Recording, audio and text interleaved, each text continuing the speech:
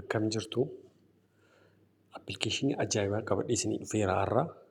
Appilikeeshinichis maqaa isaa dha'u liinkii isaa gajjallaarra jira.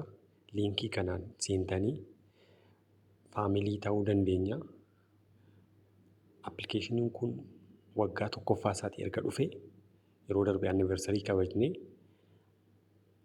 Kanaaf namni onlaayinirra oolu, namni onlaayinii irratti yeroo isaa balleessu hoo jiraate koottaa maallaqa hojjenna.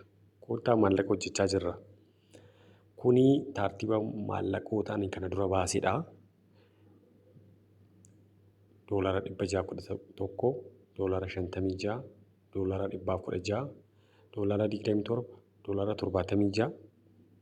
Kun hunduu kana dura baase jechuudha. Kana dura hojjedhee kanan baase. Itti fufa.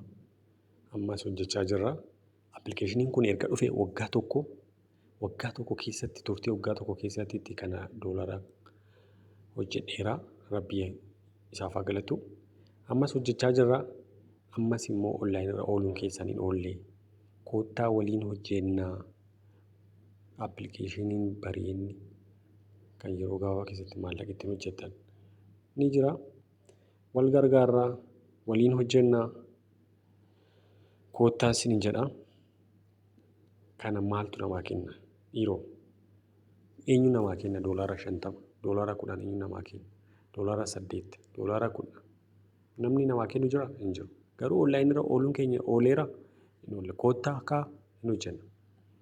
Kanaaf kun hunduu maallaqootaan kana dura aappii kanarraa hojjedhee. Kanaaf karaa teelegiraamiitiinis argachuu dandeessu. Liinkiin aappii kanaa immoo gajjallaarra jira. Isa tuqaatii